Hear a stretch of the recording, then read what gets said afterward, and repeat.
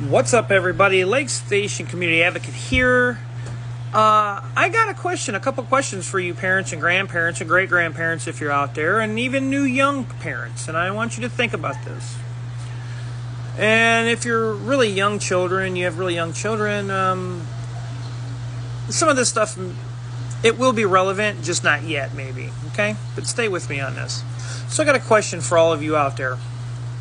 And yes, this all pertains to community. I'll get to that in my second part. But right now, I kind of want to focus on, and my question is to you, to challenge you to think about this, is how many of you have children, and as they grow, you kind of, you got to buy them new clothes because, they don't fit no more.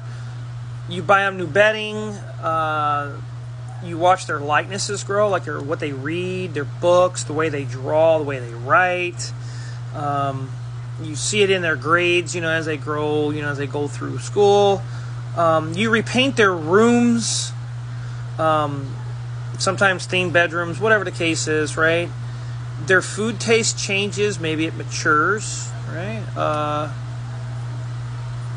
Car seats, you got to change because they grew out of it. Hairstyles, those change, right? Their toys, bikes even, but I guess you kind of get the point.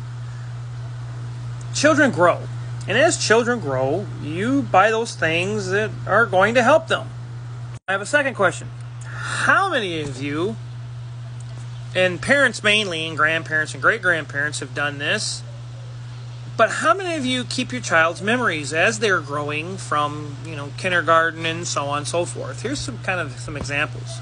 Pictures, yearbooks, ribbons, awards, haircut, believe it or not, the umbilical cord, their paintings or drawings, right? Report cards, maybe a special piece of clothing like something they were born in or brought home in from the hospital the first day. So those are a couple questions that I kind of wanted to ask the parents, grandparents, and great-grandparents about their children.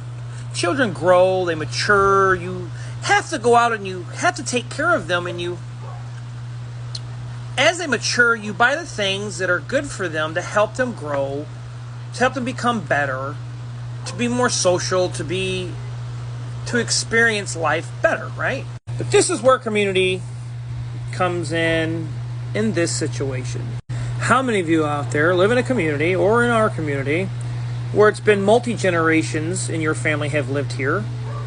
It used to be a safe place to be. It was a great place to grow a family, to have a family. People used to walk. They used to go out into their playgrounds. They used to go hang out in places like the woods, the local pool, over at their friends' houses. They would do things like this oftentimes in a community.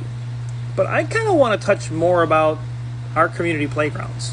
And first off, our community playgrounds should be for all age groups, all people, all cognitive abilities, special and exceptional abilities, and so on, right? And even so, our playgrounds are kind of like children.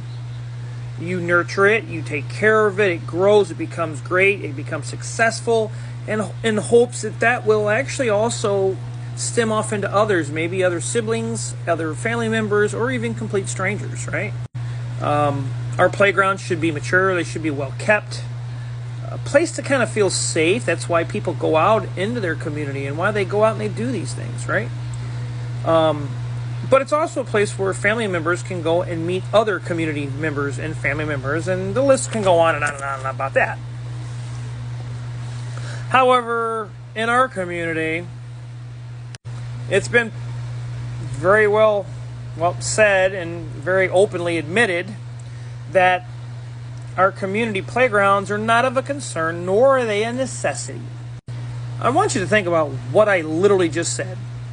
There were community members, people who work in the offices in our administration and municipalities have very clearly made sure that our community playgrounds are not of a concern nor necessity.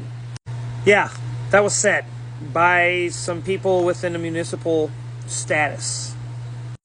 So I want you to think about that. You have children, they grow out of things, you mature, and you buy those things in hopes that, they get to where you need them to be.